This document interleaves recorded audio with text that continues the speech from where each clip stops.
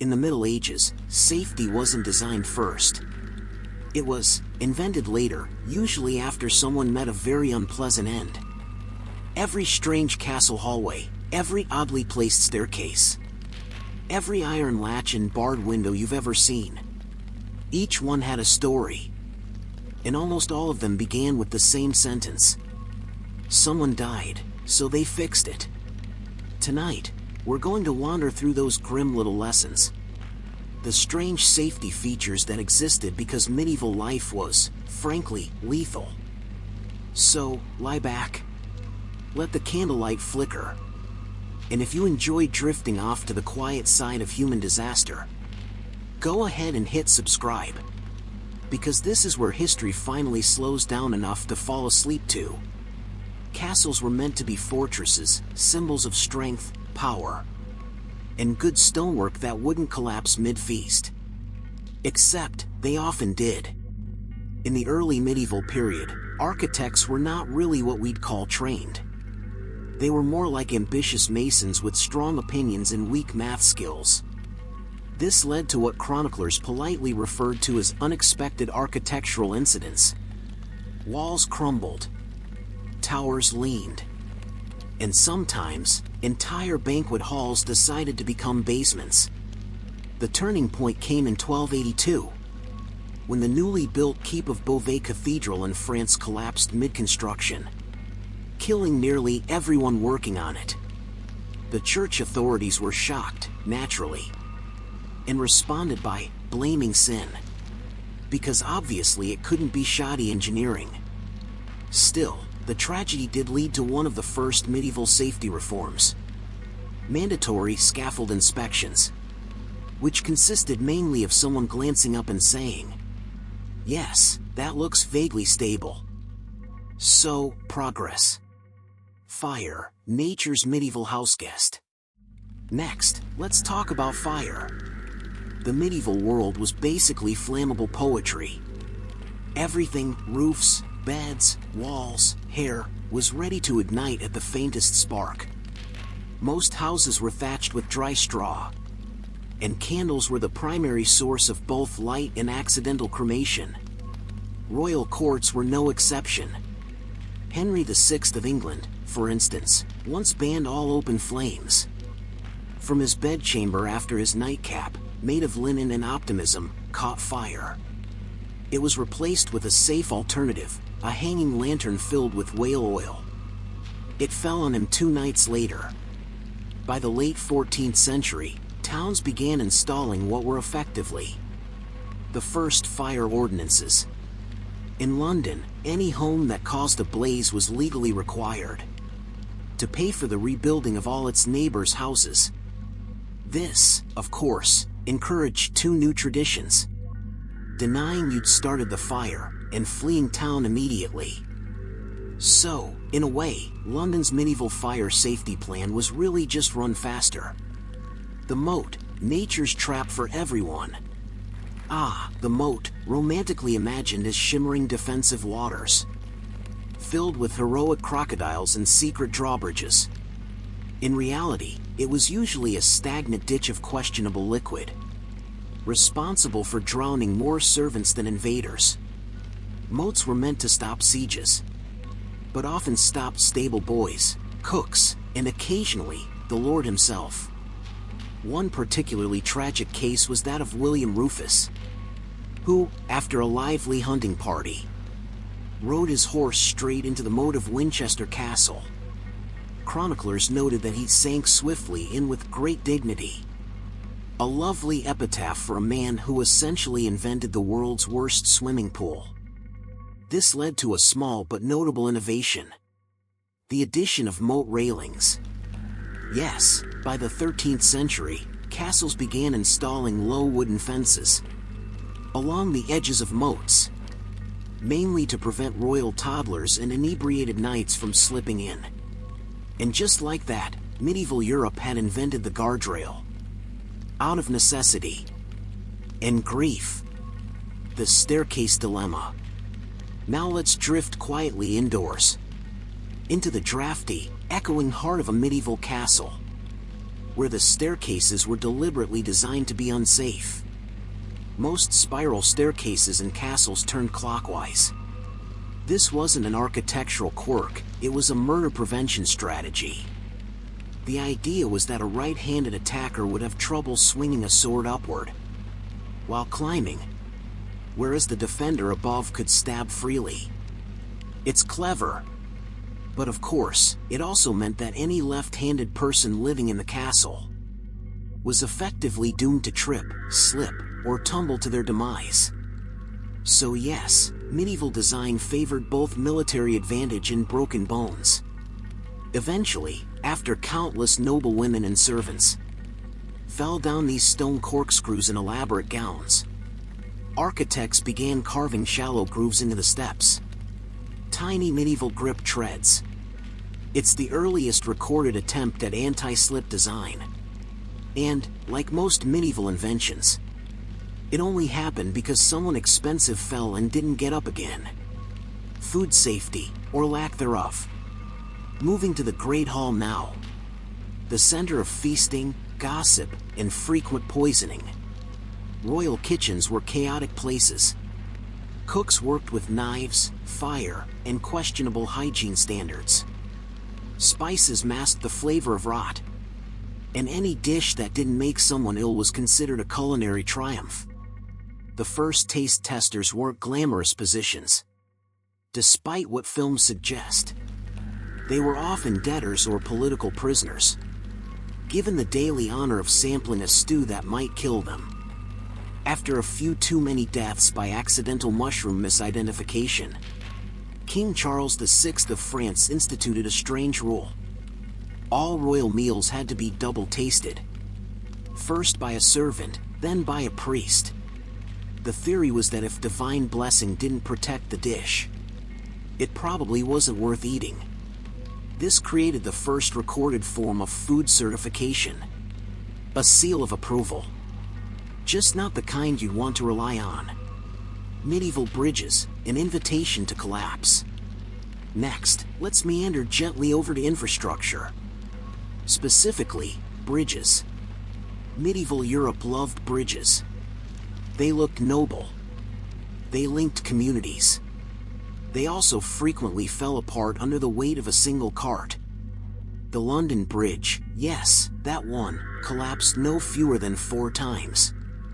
Between the 12th and 15th centuries, engineers eventually realized the issue wasn't magic or divine punishment. It was physics. So, bridge masters were appointed. A medieval job that combined maintenance, prayer, and shouting at travelers to walk in single file. One record from 1324 describes a new innovation. The lodestone. A carved marker placed at bridge entrances to show how much weight it could bear. Of course, since literacy wasn't widespread, most people ignored it. Still, historians consider it the ancestor of modern weight limit signs. A humble beginning for public safety signage, born from the debris of many very unfortunate wagons, helmets, hats, and head problems. Let's drift now into the world of early armor. Medieval knights looked imposing, but the technology inside their helmets was roughly equivalent to a tin bucket in blind faith. The earliest helmets had no ventilation, no padding, and minimal visibility. During battles, knights often fainted from heat before anyone had a chance to stab them. By the late 13th century, some bright soul invented the padded arming cap, essentially a quilted pillow tied around the skull. It reduced concussion injuries dramatically, and, fun fact, led to the development of padded coifs, worn by construction workers centuries later. So yes, every modern hard hat owes its lineage to a medieval knight who passed out mid-battle and woke up as a safety pioneer. Bathing, a slippery business. Bathhouses were surprisingly popular in medieval towns. They were also slippery, unsupervised, and occasionally fatal. public bathhouses were wooden structures, with steaming tubs and flickering candles.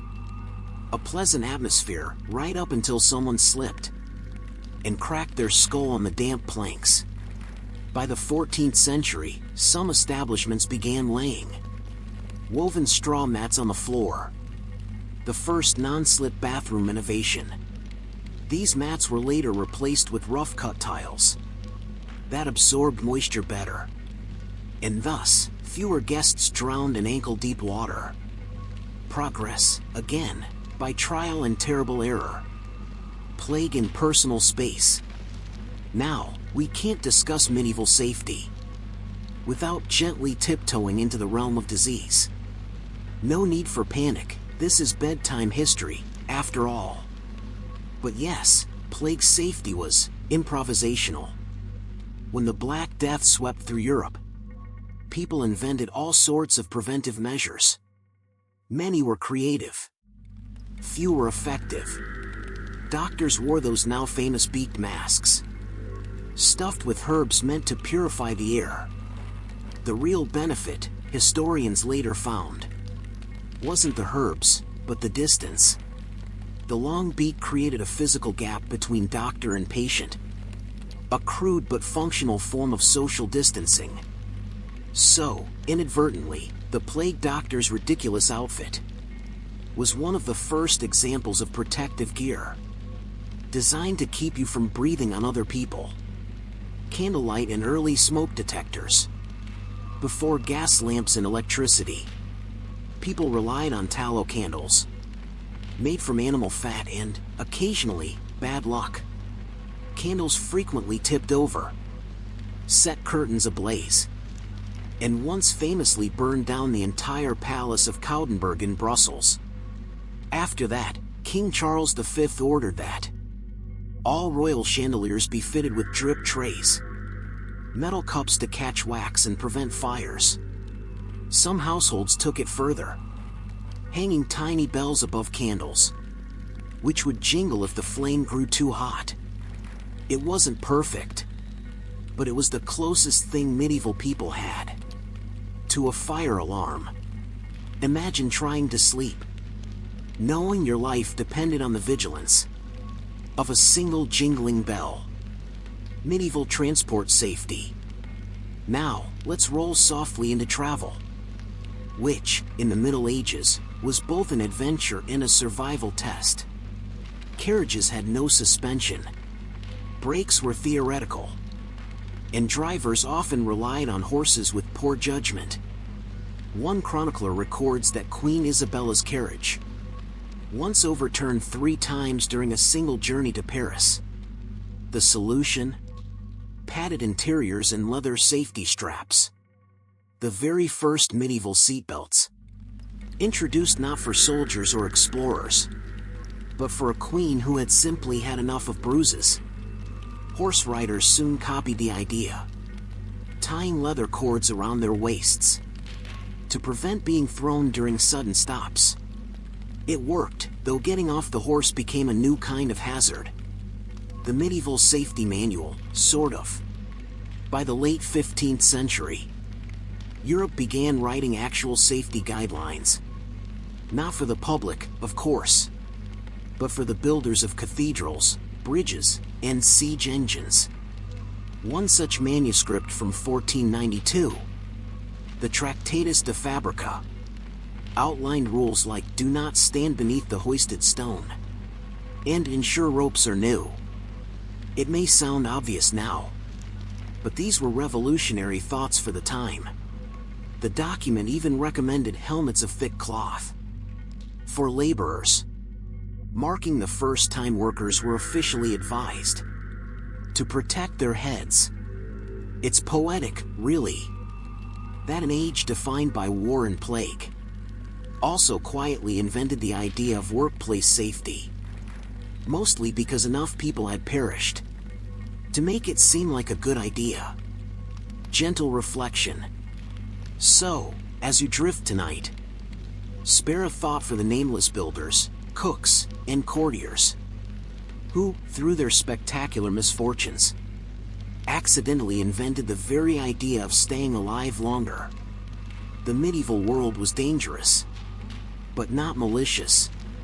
It simply hadn't yet learned the value of guardrails, seatbelts, or common sense. And in its fumbling, tragic way, it laid the groundwork for all the safety rules we now find so obvious.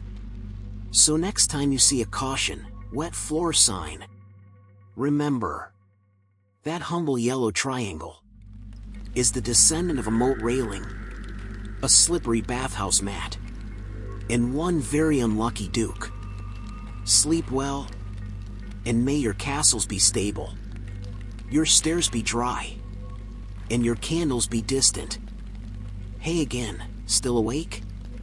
That's all right. The medieval world may have been unsafe, but the Renaissance was where safety became fashionable. And like all fashion trends of the upper class, it was executed poorly, expensively, and usually at someone else's expense. The nobility of Europe had learned one key lesson from the Middle Ages: that staying alive required effort. Unfortunately, they also learned that the effort should never make them look unattractive. And that's where everything began to go beautifully and lethally wrong. The age of armor that couldn't move. Let's start with knights. Specifically, knights in the 15th and 16th centuries, who had perfected the art of looking invincible while being completely immobile. Early plate armor was a marvel. Crafted steel, jointed limbs, elegant etching, and also no air circulation whatsoever. A knight might stand proud and shining, but 5 minutes into battle, he was halfway to being a baked potato. The problem reached its absurd peak with Maximilian I of the Holy Roman Empire, a man deeply passionate about personal safety, and even more passionate about looking fabulous. He commissioned a new style of armor with decorative ridges to deflect blows more efficiently. They worked.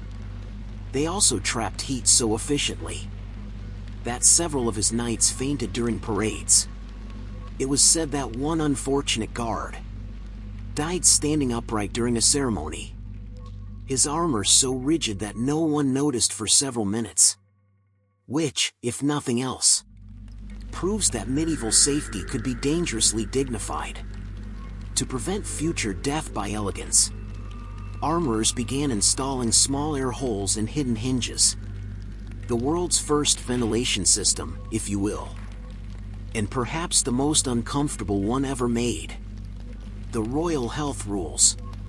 Now, while knights were sweating themselves into fainting fits, their royal employers were developing safety habits of their own, mostly around health. The Renaissance saw an explosion of medical theories, none of which were right.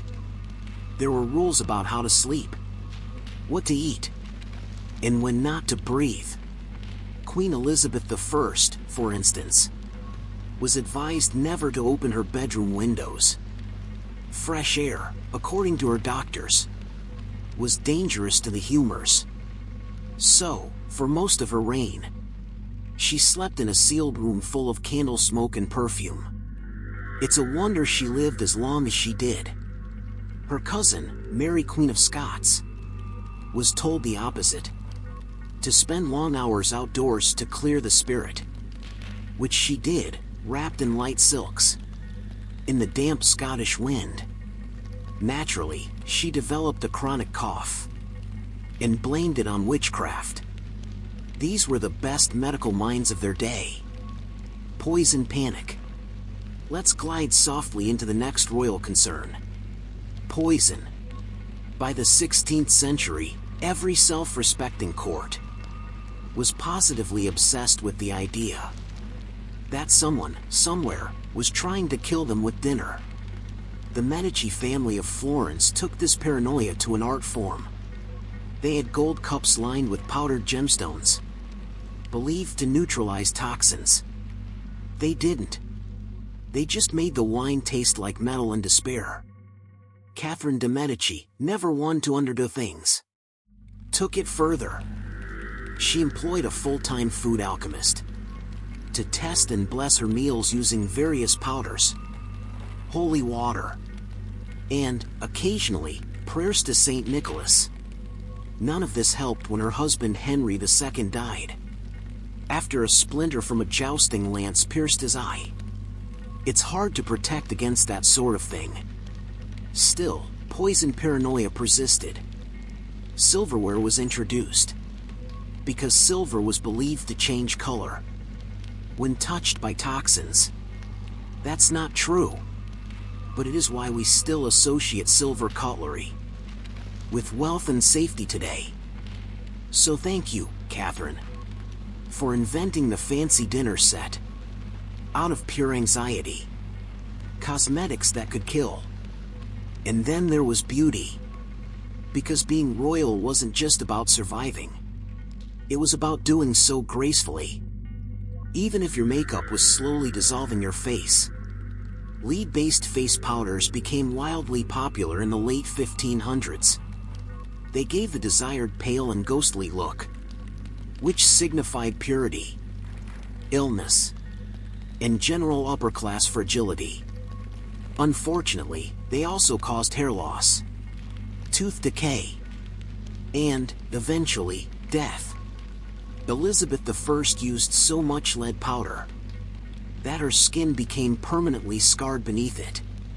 Rather than stop, she simply applied more, layers upon layers, until her face became a literal mask.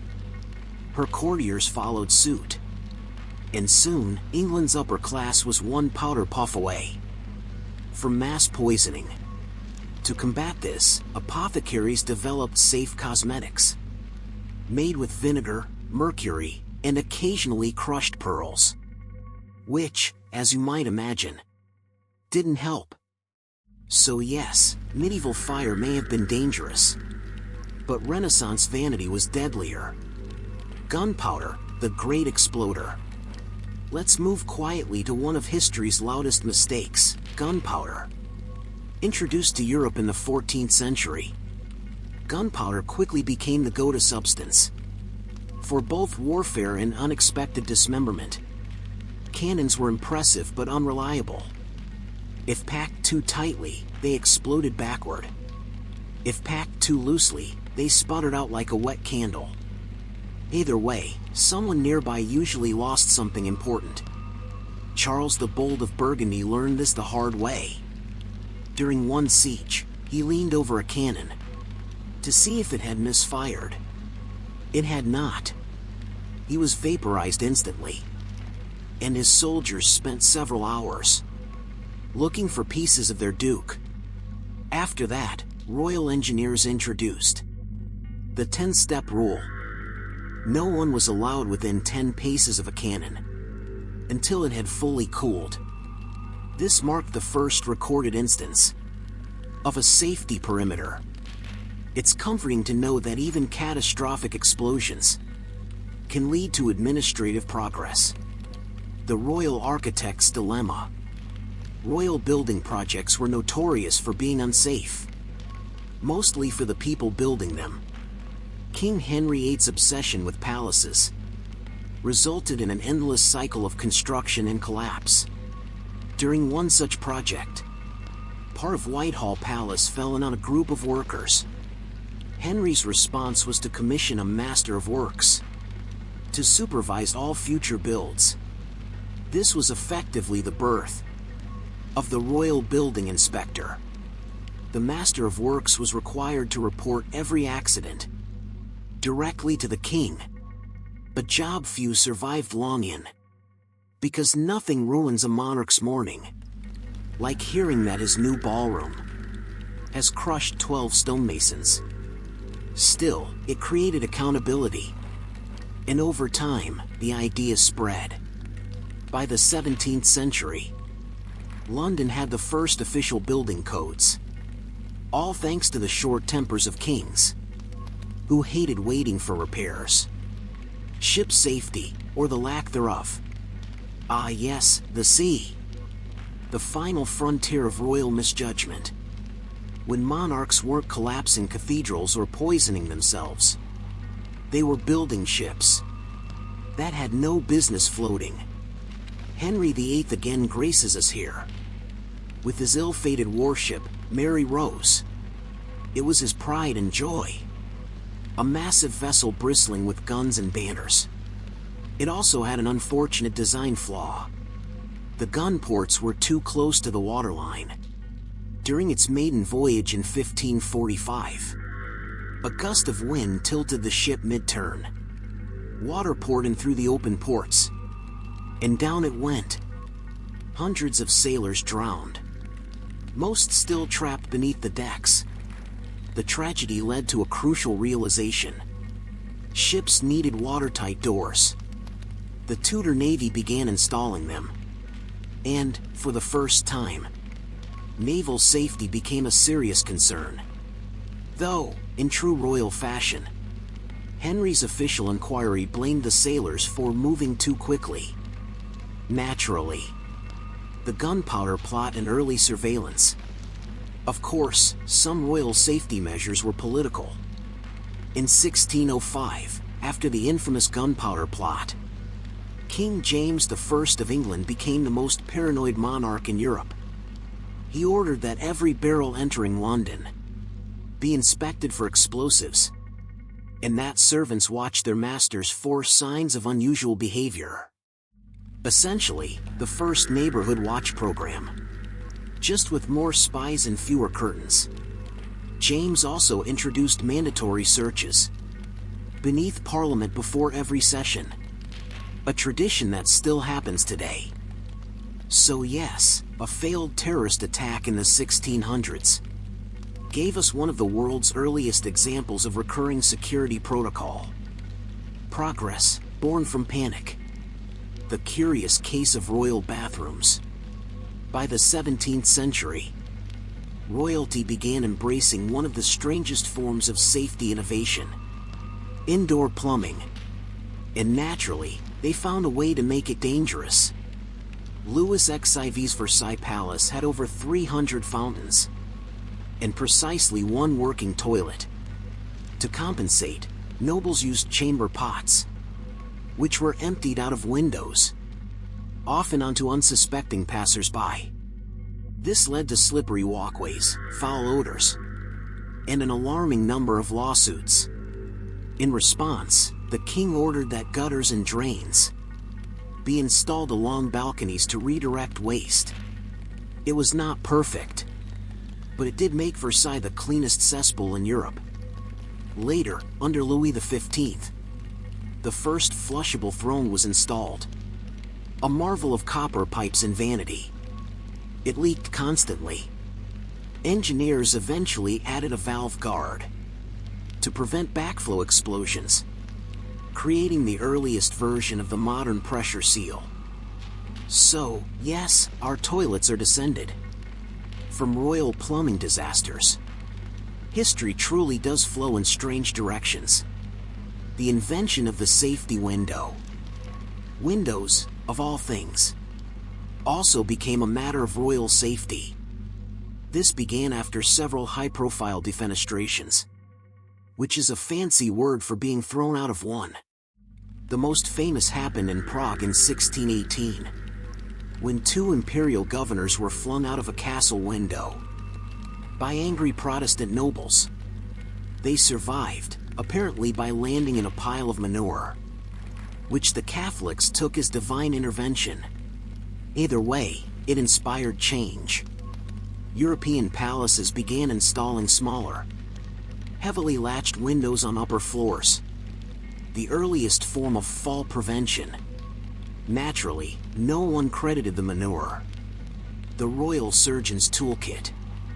As we drift toward the late 17th century, royal medicine had evolved from superstition to a sort of educated guessing game.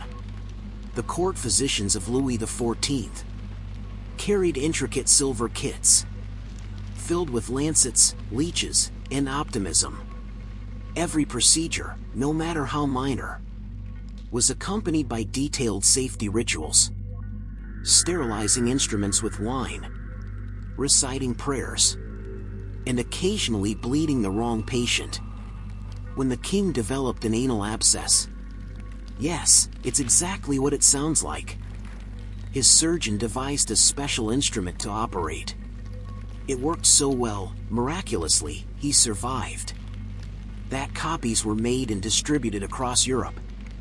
It became known as the royal scalpel, the first standardized surgical tool. So, medical safety advanced, because a monarch's posterior demanded it. Truly, the foundations of public health were built on very strange anatomy, gentle drift. And that brings us to a quieter thought. For every flaming castle and sinking ship, every misfired cannon or poisoned banquet, there was someone, an architect, a craftsman, a frightened servant, who learned. Slowly. Painfully. But they learned. Each royal catastrophe became a small footnote in the story of how humans figured out that safety is not luxury, it's survival. The world we live in now, with its regulations and alarms and inspections, is really just the modern version of a nervous courtier whispering, "Perhaps we shouldn't stand so close to the cannon."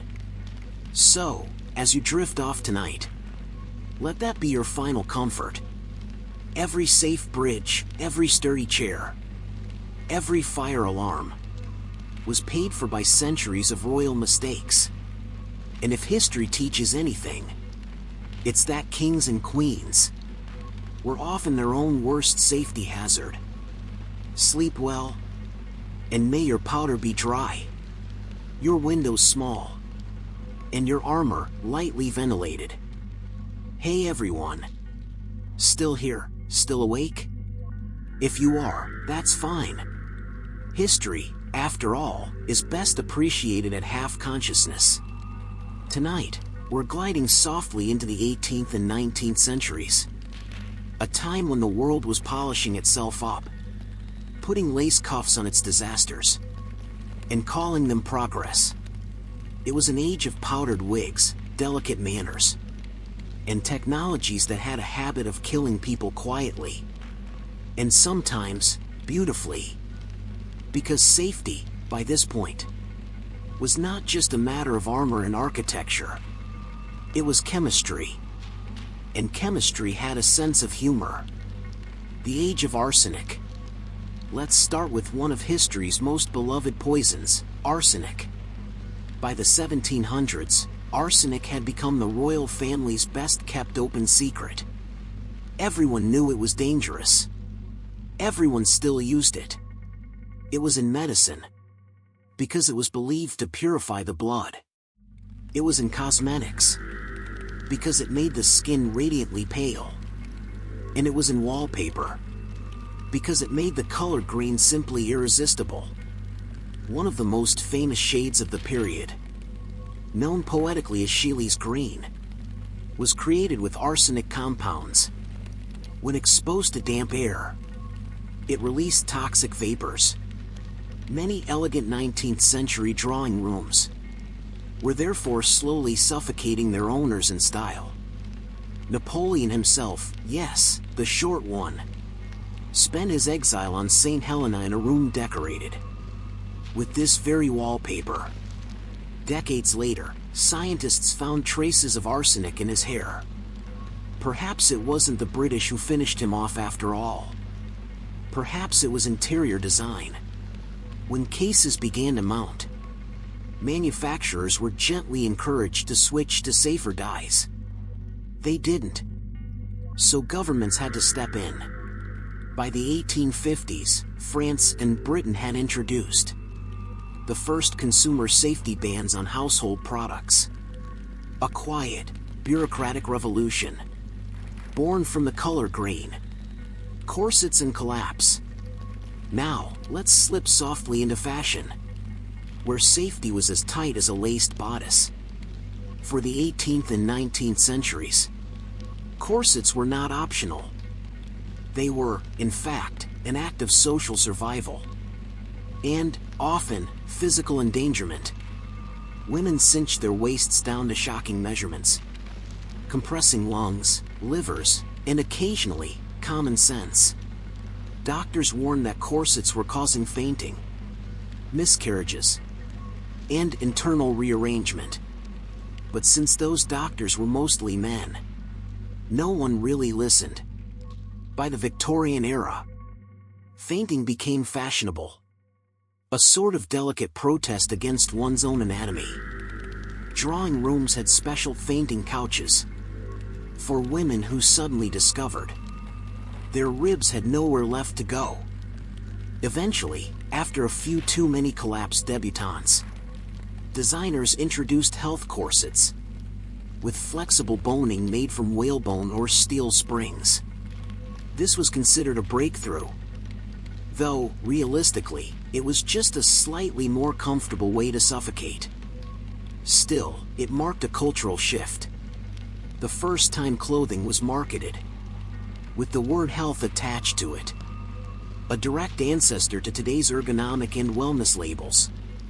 Proof that we've always tried to make danger sound reassuring. The candle that didn't explode, usually. Before electricity, light itself was still dangerous. Candles, lamps, and early gas fixtures turned every home into a potential fireball.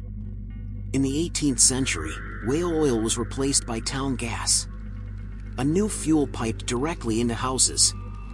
It was clean, efficient, and frequently responsible for spectacular explosions. There were cases of entire parlors going up in flames from a single leaky valve. In response, engineers invented the pilot light, a tiny controlled flame to keep gas flow steady. And so, the modern gas safety system was born. Though at the time, most users simply trusted their noses and hoped for the best. London, ever the enthusiastic experimenter, installed gas street lamps along major roads. They were charming and occasionally fatal to anyone tasked with lighting them. The lamplighters carried long poles with tiny torches, and more than a few were lost to sudden gusts of fire. To prevent this, a Scottish inventor developed the first safety lighter, a small flint device with a shielded spark, a precursor to every pocket lighter today. Inspired by a profession that combined grace and combustion, the industrial miracle. Let's wander gently now into the factories, the glowing heart of the Industrial Revolution, where progress met mortality on a daily basis. Machines spun faster, pressed harder, and showed no particular regard for the humans operating them. Children were prized workers because they could fit neatly between the gears. It wasn't until the mid-19th century that governments began to ask, in a vaguely concerned tone, whether this was sustainable.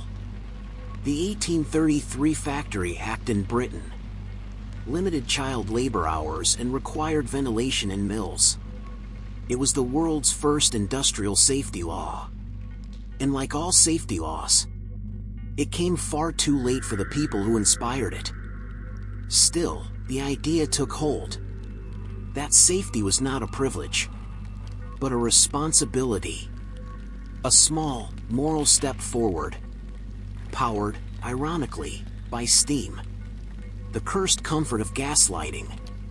Back in domestic life, gaslighting remained the pride of modernity. Every palace wanted it. Every servant feared it. King George IV's Brighton Pavilion was among the first royal residences to install a full gas network. It worked beautifully, until one winter night when the pipes froze and filled the grand hall with fumes.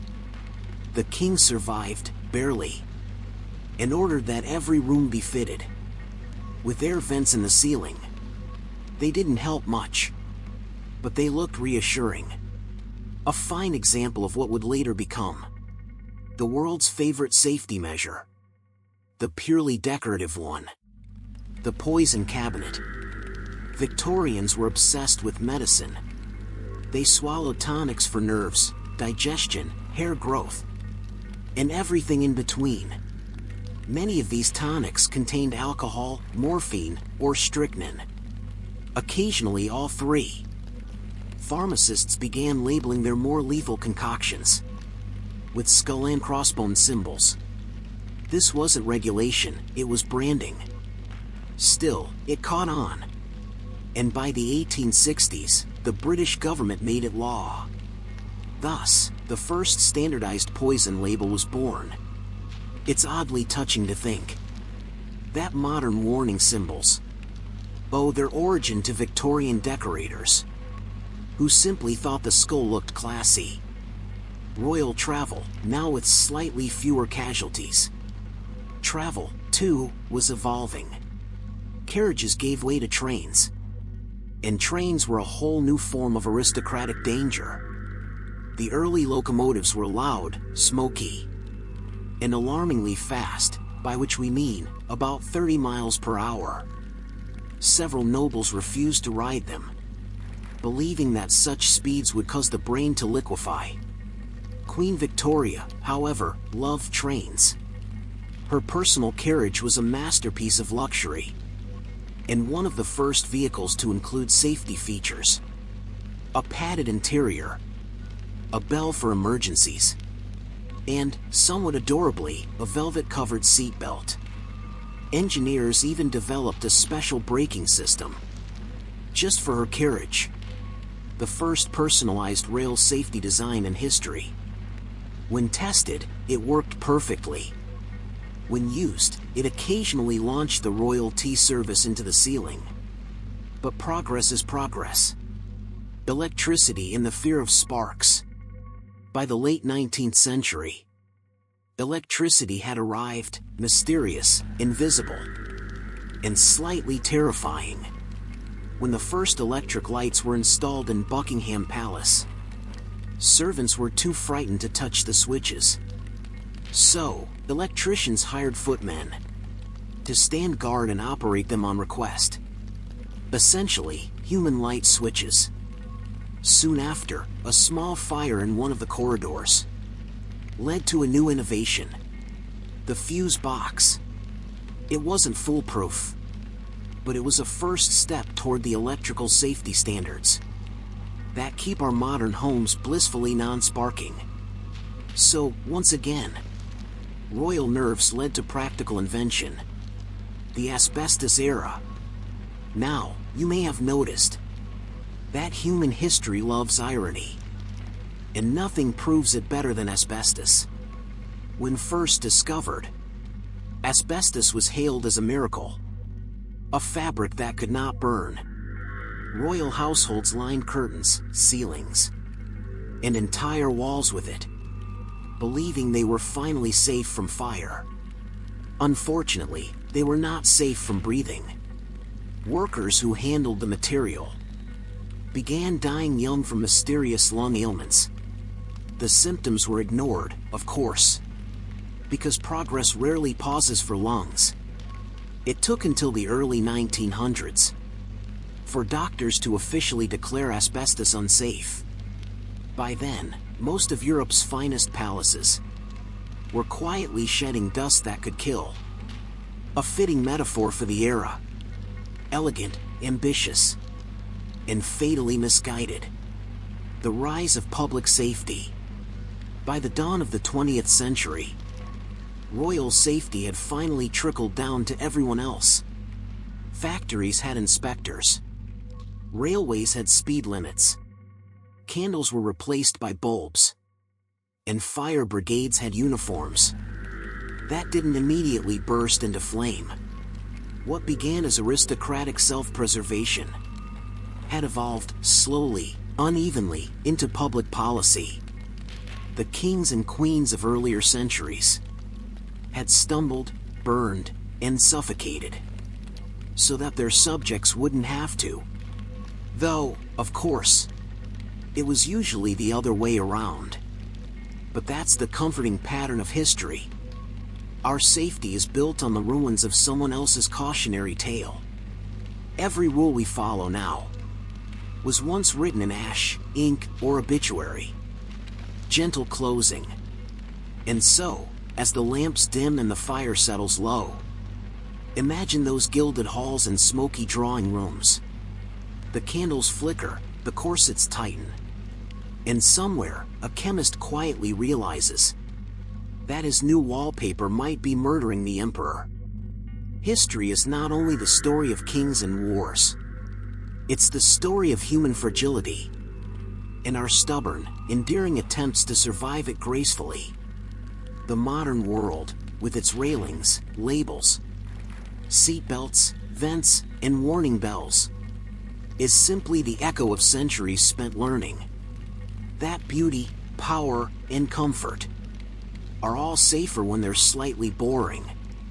So as you drift to sleep tonight, take comfort in the hum of your smoke alarm, the cold glow of the LED bulb, and the quiet miracle that none of it is actively trying to kill you.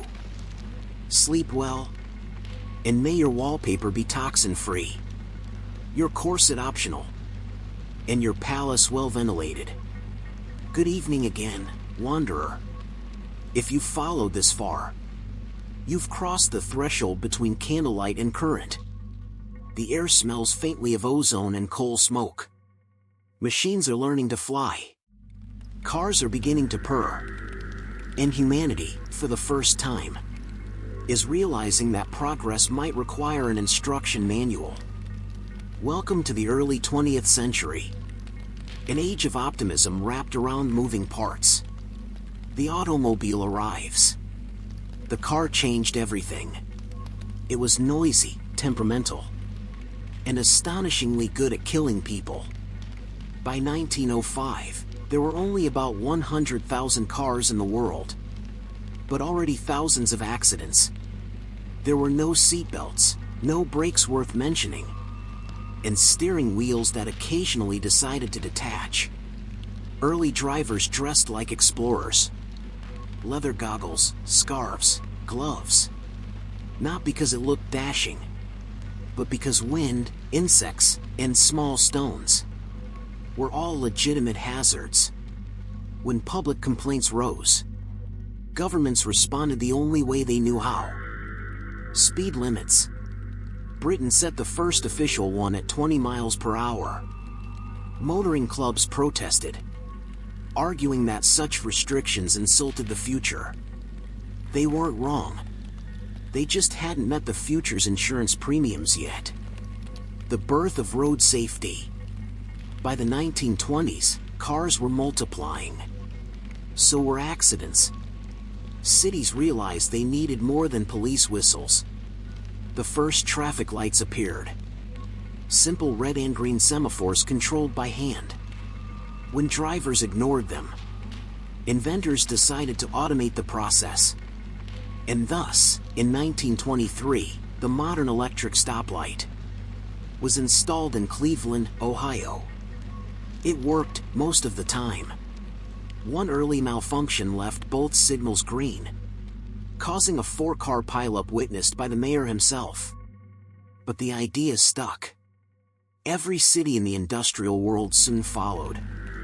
And for the first time, movement had order. Color-coded civilization. The airborne gamble. Meanwhile, above the clouds, humanity was discovering a new flavor of danger, flight. Early aviators were national heroes. They were also, statistically, doomed. Planes were made of wood and fabric, and their engines had all the reliability of a politician's promise. Still, they soared, and crashed, and soared again. The 1920s saw the creation of airworthiness standards.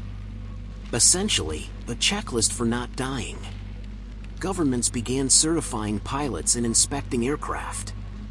It was the dawn of aviation safety, born from the noble desire to make gravity a little less inevitable. Charles Lindbergh's 1927 transatlantic flight captured imaginations worldwide. He survived, barely, thanks to careful engineering and a lucky tailwind. Most who tried before him didn't. Their wreckage quietly taught engineers The lessons that now keep jetliners aloft. The factory becomes human. Back on the ground, industry was booming. Factories were enormous, loud, and lethal. In the US, the Triangle Shirtwaist Factory fire of 1911 killed 146 garment workers, mostly young women, trapped behind locked doors designed to prevent unauthorized breaks. The horror of it changed everything. Public outrage led to sweeping reforms. Fire escapes, exit signs, sprinkler systems. The modern fire code was born. In the ashes of that building, unions began demanding safety inspections. Insurance companies realized it was cheaper to prevent injuries than to pay for them. And so, workplace safety became a science. Part compassion, part calculation. The laboratory of danger.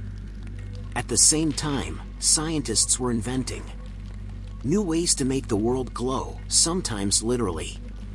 Take the radium girls. In the 1910s, factories hired women to paint watch dials with luminous radium paint. They were told it was harmless. To make the brushes fine enough, they were instructed to lick the tips. The result was horrific. Jawbones disintegrated. Teeth fell out. And internal organs glowed faintly in the dark. When the women sued, they were mocked. Until scientists confirmed the truth. The case changed everything. It forced the first worker radiation safety standards and led to the creation of the U.S. Occupational Health Division.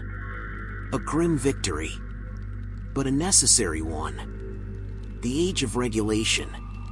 By mid-century, the idea of safety had become respectable. Governments now employed people whose sole job was to stop things from exploding, collapsing, or leaking poison into the air. The 1930s brought the first crash test dummies. They weren't dummies at all. They were corpses, used to study car accidents. Only later did engineers build mechanical substitutes with sensors that could measure impact. Seat belts followed, though drivers resisted them passionately. Early slogans mocked the idea. Real men don't need belts.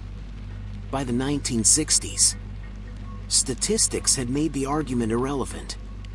The turning point came with one man, Ralph Nader.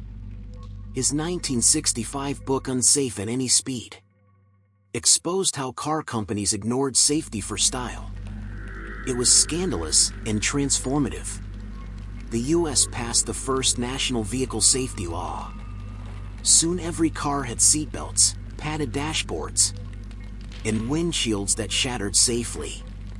Progress, at last, had a harness. The atomic temptation. But humanity's new favorite toy was not the car. It was the atom. When nuclear power emerged, it promised infinite energy and infinite anxiety. The early reactors were experimental, beautifully engineered, and occasionally catastrophic. Chernobyl, 3 Mile Island, Fukushima. Each would later redefine what safety meant. But before those, there was optimism. Post-war brochures showed families smiling under glowing blue domes, with captions like "Electricity from the future." Regulations followed. Slowly, reactively. Each new rule written in the shadow of another near disaster. It became clear that safety could no longer be emotional or decorative. It needed math, probability, redundancy. It needed engineering that expected things to fail. The era of risk management had arrived. The psychology of caution. By the 1950s, psychologists joined the conversation. They studied why humans ignored warnings, why we pressed buttons labeled "Do Not Press." This led to the first human factors research. The science of designing systems that protect us from ourselves. Cockpit layouts were standardized. Road signs became uniform. Emergency exits were painted in universal colors. It was the birth of safety as communication. We stopped blaming stupidity and started redesigning the world to account for it gently. The space race. If there was ever a test of safety under pressure, it was spaceflight. The Mercury and Apollo programs operated at the intersection of brilliance and madness. Every launch was a coin toss. Every astronaut was a volunteer in a cosmic experiment. After the Apollo 1 fire in 1967, NASA rewrote its entire safety protocol. Spacesuits were redesigned. Escape systems installed. Redundancy became religion. By the time Neil Armstrong stepped onto the moon, he was walking on decades of engineering grief. Every bolt had been debated. Every circuit double-checked. It was the most dangerous journey ever attempted, and the safest it could possibly have been. From kings to committees. Isn't it strange? The first safety rules were written for monarchs and castles. Now, they're drafted by committees in fluorescent rooms. We went from keep the king alive to keep the public alive. It's progress, though it lacks the glamour of a royal decree. Safety, by now, had become invisible. An expectation rather than a luxury. We no longer marvel at clean water or stable bridges. We trust them. And that quiet trust is civilization's greatest invention. The quiet genius of boring things. Modern life is filled with tiny miracles of caution. The click of a seatbelt. The beep of a smoke detector. The grooved texture on a wet floor sign. Each is a small poem written in engineering language. A reminder that we've learned, slowly, painfully, to predict our own mistakes. The true success of safety is that we rarely think about it anymore. That indifference is the highest compliment. Gentle closing. So here we are. The end of another long, fragile century. The candles have gone out.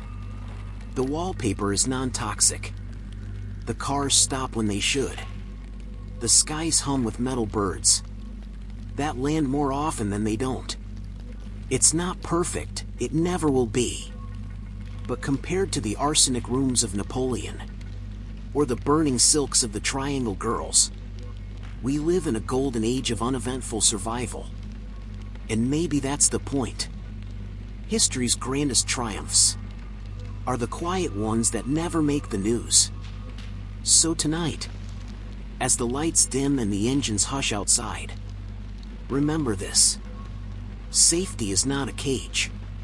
It's the soft hum of civilization, whispering, you made it through another day. Sleep well, traveler. Tomorrow's disasters can wait. Hey everyone, welcome back. If you're still awake, or half awake, we've traveled from the days of boiling lead and falling drawbridges to the age of notifications and Wi-Fi passwords. The dangers have changed shape. The sharp edges are no longer made of steel, they're made of code. Let's drift forward into the strange new world of digital safety, where what needs protecting isn't your body anymore, but your attention. The age of convenience. Somewhere around the late 20th century, humanity achieved what it always wanted: convenience. Everything faster, smoother, connected. No need to memorize maps or recipes or the birthdays of distant cousins. The machines would handle it. Of course, they also began handling our privacy, our habits, our opinions, and, in time, our sense of self. No one quite noticed when safety stopped being physical. We traded the fear of collapsing bridges for the fear of leaked passwords. We no longer worried about falling masonry. Now we worry about identity theft. It's progress, of a kind. A gentler, more abstract kind of danger. The computer learns to lie. In the early days of the internet, the world felt open and hopeful. People wrote their thoughts in bright HTML and clumsy fonts. It was naive, awkward, and beautifully sincere. Then came spam. Then scams. Then, inevitably, social media. The web learned how to mimic trust. A Nigerian prince might need your help. A stranger might offer a free vacation. A pop-up might warn you of viruses it actually plans to install. The first cybersecurity experts were modern monks. Calm, pale creatures living under fluorescent lights, writing long strings of code to protect people from their own curiosity. They fought wars invisible to the naked eye. And they lost often. Still, their work quietly birthed a new kind of safety net. Firewalls, encryption, antivirus software. Digital equivalents of moats and castle gates. Guarding kingdoms made of data instead of stone. The password problem. Passwords, humanity's least favorite ritual. At first, they were simple: dog, 1234, password.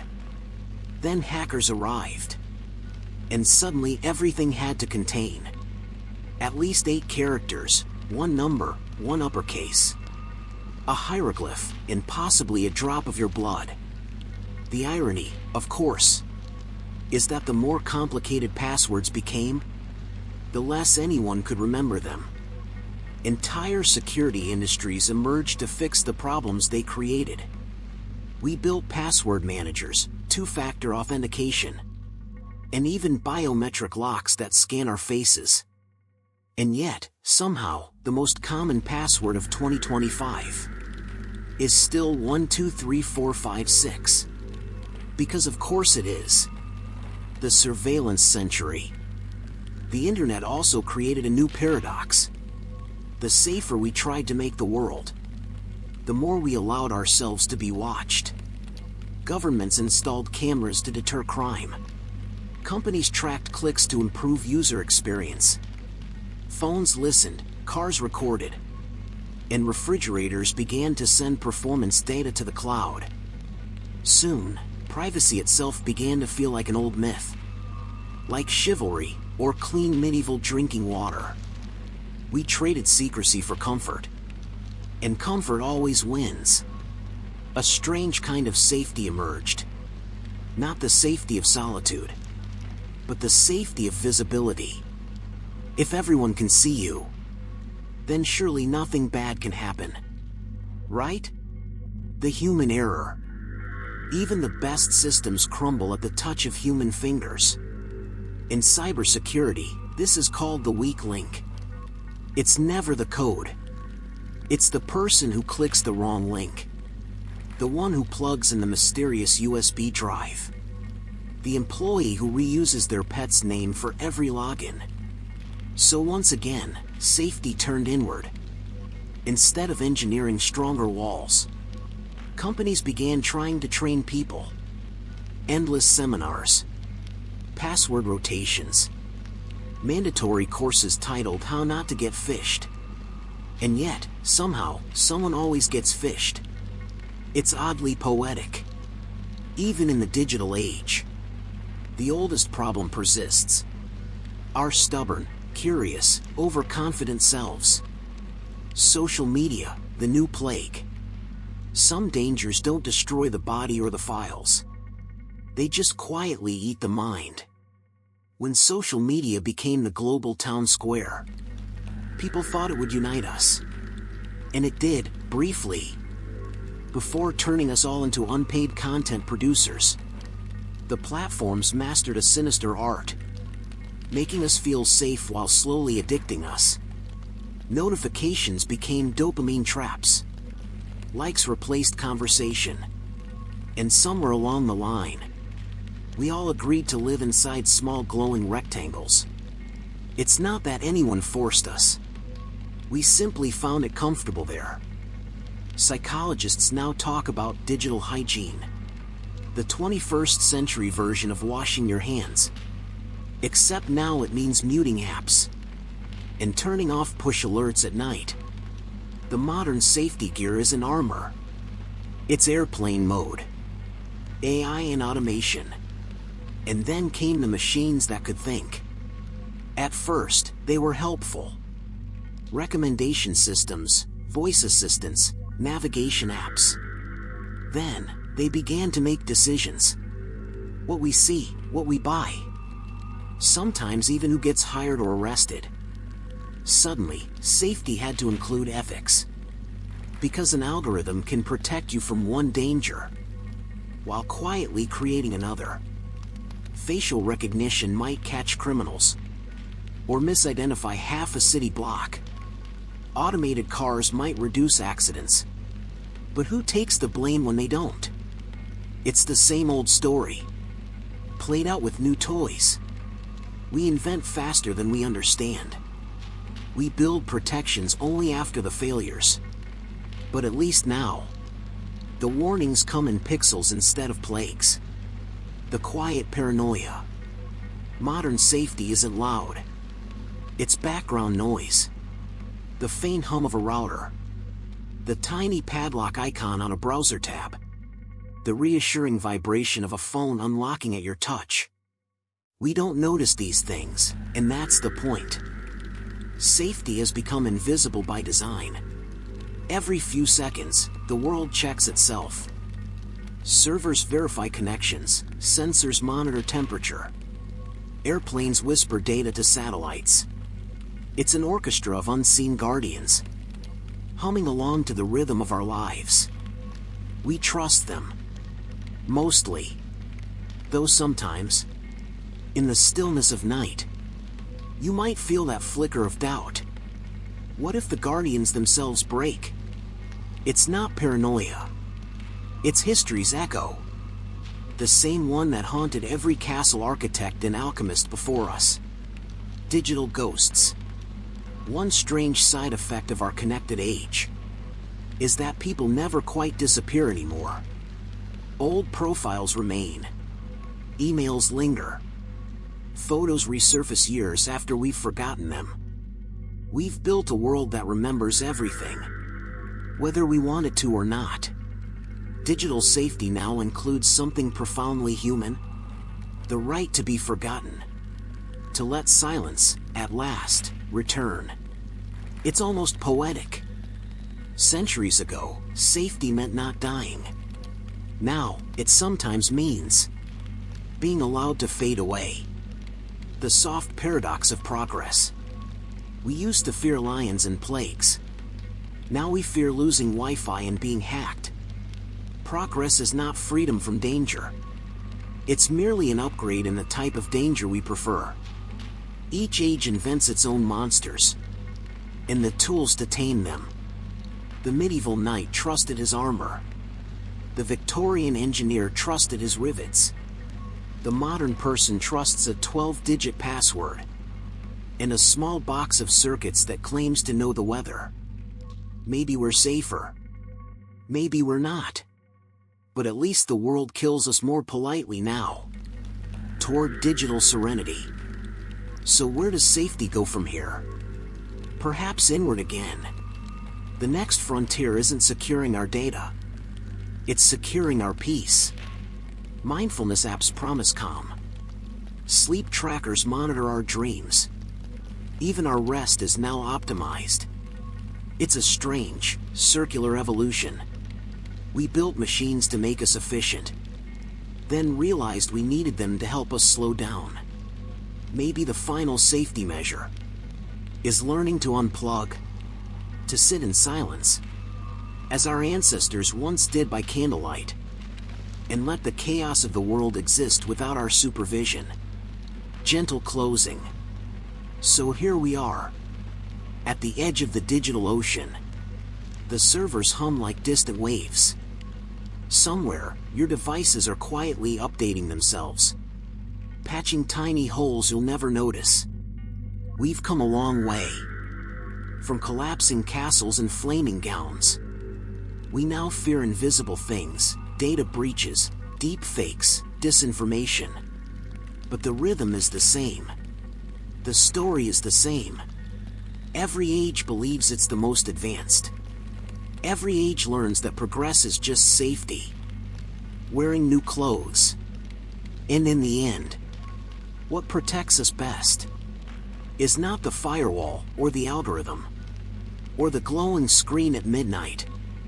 It's the small, stubborn instinct to keep building better shelters for our bodies, for our minds, for our peace. So, take a breath. Let the glow of the screen fade. And remember, you're living in the safest moment that history has ever managed to create. Try to enjoy it quietly. Sleep well, traveler. The world will keep itself running for a little while longer. Hey everyone. If you're still awake, congratulations. You've made it through the most dangerous centuries of human history. And, somehow, so have we. We've reached the quiet end of the story. There won't be any more fires, or kings, or inventions. Just a long exhale. And a simple question. Why do we care so much about not dying? The instinct beneath it all. Safety, at its core, isn't noble. It's primal. Every creature on Earth has it. From the antelope dodging lions, to the plant that closes its leaves when touched. It's the first intelligence we ever had. Before philosophy, before mathematics, before language, there was fear. Fear built everything. It made us cautious, and then clever, and eventually civilized. The castle wall, the fire escape, the seatbelt, all descendants of a twitch in the nervous system. That said, maybe don't touch that glowing thing. But over time, something strange happened. We didn't just want to survive. We wanted to survive comfortably. And so, the instinct became an industry. The business of not dying. Entire empires have been built on safety. Insurance companies, pharmaceutical giants, even snack food manufacturers, all selling the same emotion, reassurance. Every warning label, every safety certification, every ergonomic chair is part of an invisible economy built on collective anxiety. We pay for peace of mind. And because fear never really ends, it's the perfect business model. Of course, the irony is delicious. We spend billions to feel safe. In a world that has never been predictable. Every generation thinks it has finally solved danger, and then invents a new one. It's a kind of cosmic humor. Maybe the universe keeps us humble that way. The fragility paradox. The safer we make the world, the more fragile we become. Children once climbed trees and fell from them, and learned, painfully, how gravity works. Now they climb digitally rendered ones in video games, where no one bleeds, no one limps, and the reset button erases the lesson. We pad our corners, filter our air, and regulate every ingredient down to the molecule. It's progress, yes, but it also makes us more startled by discomfort. Humans are remarkable at adapting to danger, but less so at living without it. Take it away, and we start inventing new fears. Toxins, germs, strangers, silence. We've built a world too soft for our own rough edges. And somewhere deep down, we miss the thrill of risk. The pulse that reminds us we're still alive. The fear of the unknown. If you zoom out far enough, all safety measures are rituals against the unknown. Medieval people prayed to saints. Victorians trusted steam gauges. Moderns trust digital readouts and carbon filters. The mystery never goes away. We just rename it. When something terrible happens, a bridge collapse, a cyber attack, a pandemic, we rush to explain it, regulate it, categorize it. It's our way of making chaos polite. And yet, even after centuries of progress, the same question hums quietly in the background. What if it happens again? Because it will. Not in the same way. But it will. That's not a failure of safety. That's the texture of being alive. The comfort of control. Safety, for all its usefulness, is also about control. We like knowing the odds, predicting the outcomes, nailing shut the windows of uncertainty. But the truth is, most of life doesn't ask our permission. We can measure everything. Heart rates, air quality, humidity, data breaches, and still be blindsided by a storm or a phone call. So we build illusions instead. Smart homes, smart cars, smart watches, all whispering the same comforting lie.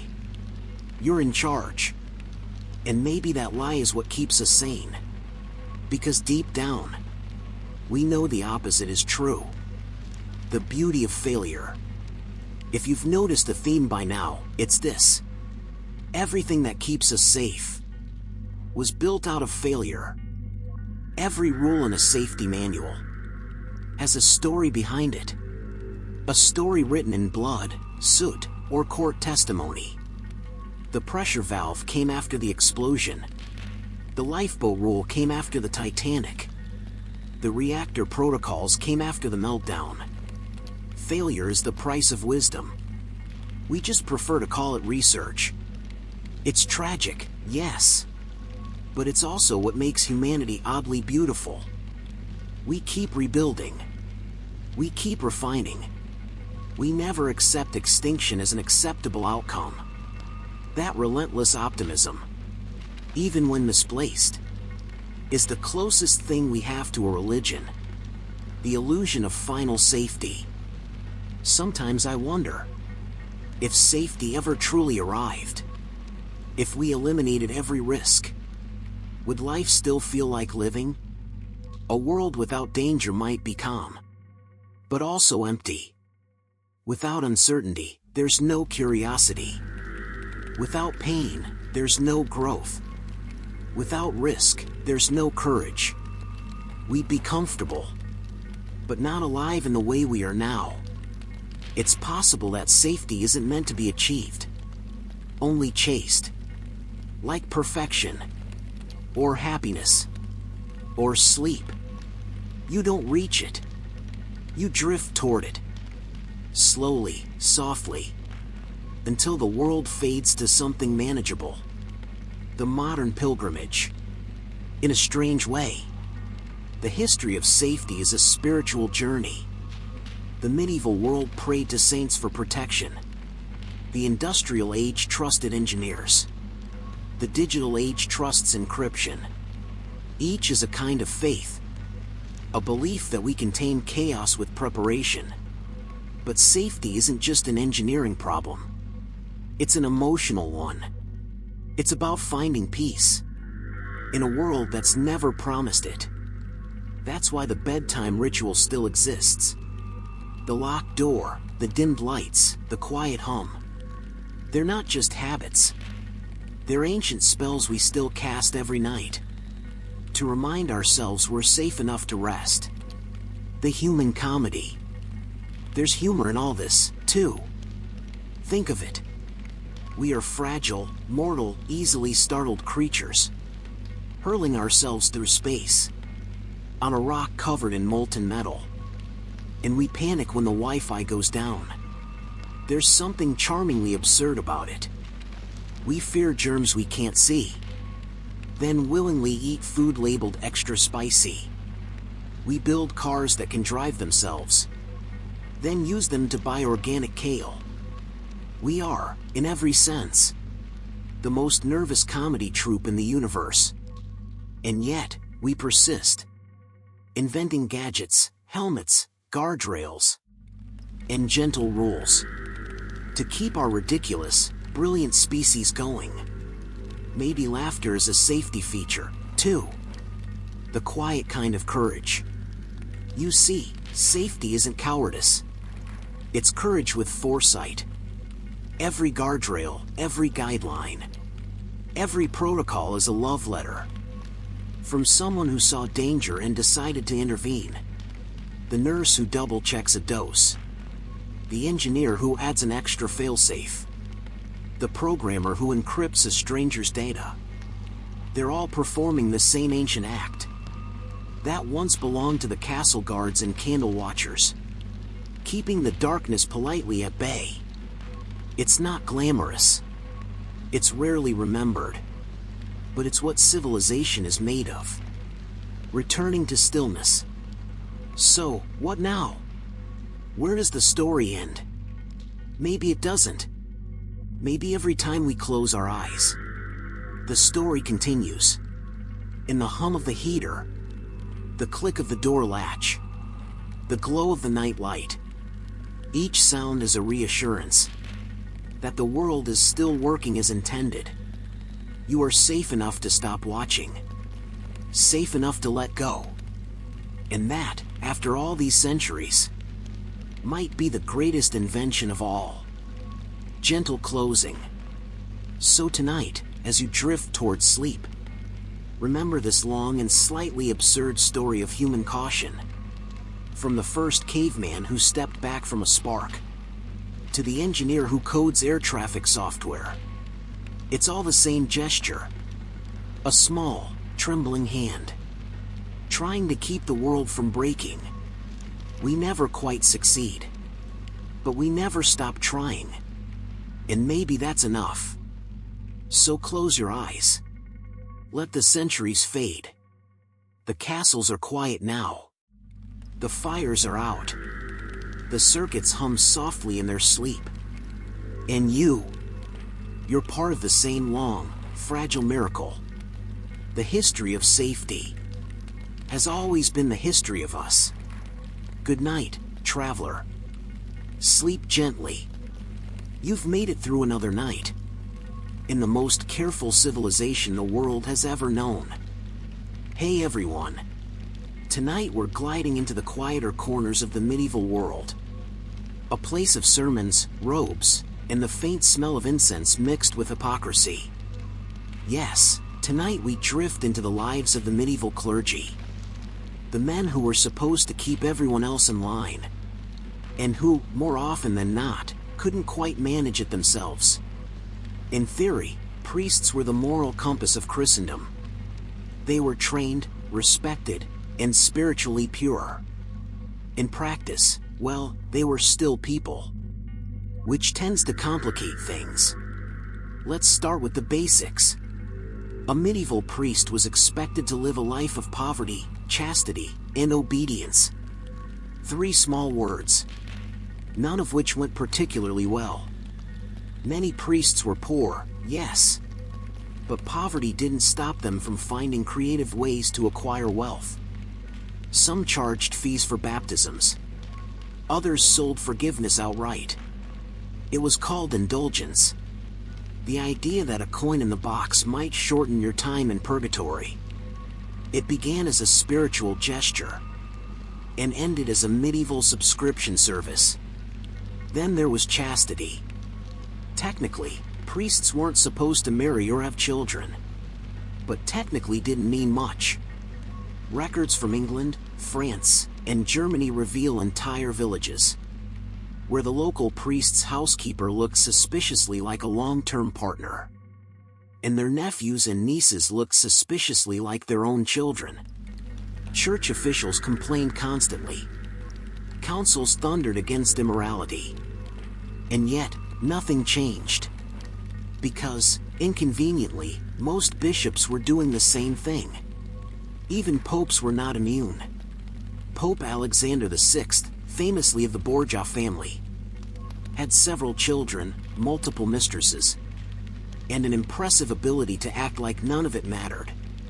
Monks weren't much better. In monasteries, where silence and reflection were supposed to reign, life often looked more like an early version of a college dorm.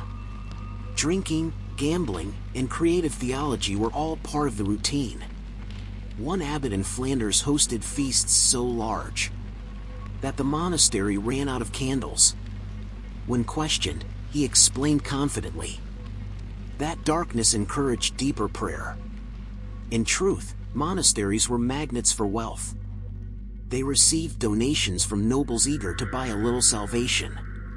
Gold, land, and even vineyards. And as the wealth grew, so did the temptation. Some abbots traveled with armed guards.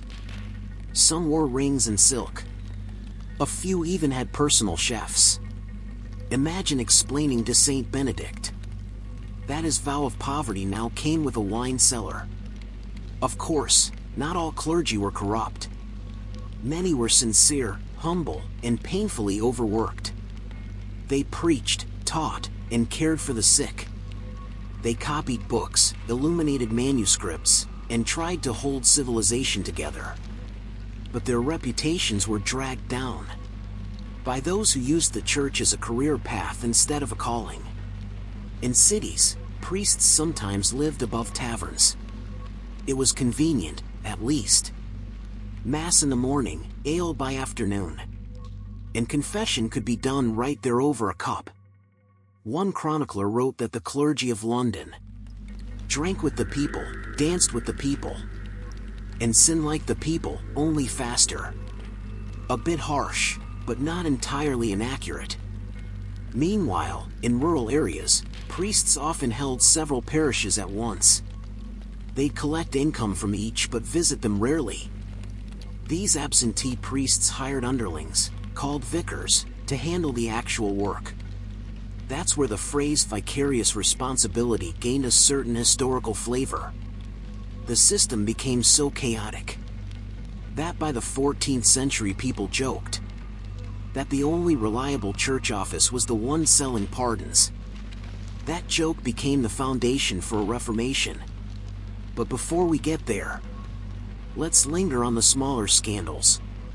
The ones no one wrote sermons about. There were priests who kept falcons and hunting dogs, though hunting was forbidden. Monks who brewed beer for medicinal purposes. Nuns who exchanged letters with priests that were less than holy. And bishops who visited those convents for reasons that remain pastoral. In Italy, the Archbishop of Naples was once caught sneaking out at night, dressed as a merchant, to visit his mistress by the docks. When confronted, he claimed he was performing a spiritual inspection. A creative choice of words. It didn't save him from excommunication. Perhaps the most common failing of the clergy was pride. They were educated in a world that wasn't. They could read and write. They spoke Latin, and they knew things ordinary peasants couldn't pronounce. It made them indispensable. And a little unbearable. There's a story from France about a young priest who refused to baptize a child because the parents mispronounced the Latin blessing. He insisted they start over, from the beginning. It was a long ceremony. And yet, these same men couldn't quite manage their own salvation. Church records list endless complaints. Drunkenness, brawling, extortion, even murder. A few priests joined local gangs. One ran an illegal dice game behind his chapel. The Middle Ages were complicated. But in the quiet corners of those same parishes, there were also priests who tended gardens, taught children to read, and buried the dead with care. They sang in the cold mornings, their breath rising in the candlelight, believing, somehow, that it still mattered. It's easy to laugh at their flaws. Easier still to forget their humanity. The Church of the Middle Ages was vast. 1,000 years of contradiction and conviction. Faith and failure. Greed and grace. And somewhere in between those things stood the clergy. Imperfect, inconsistent, and, somehow, still holding the world together.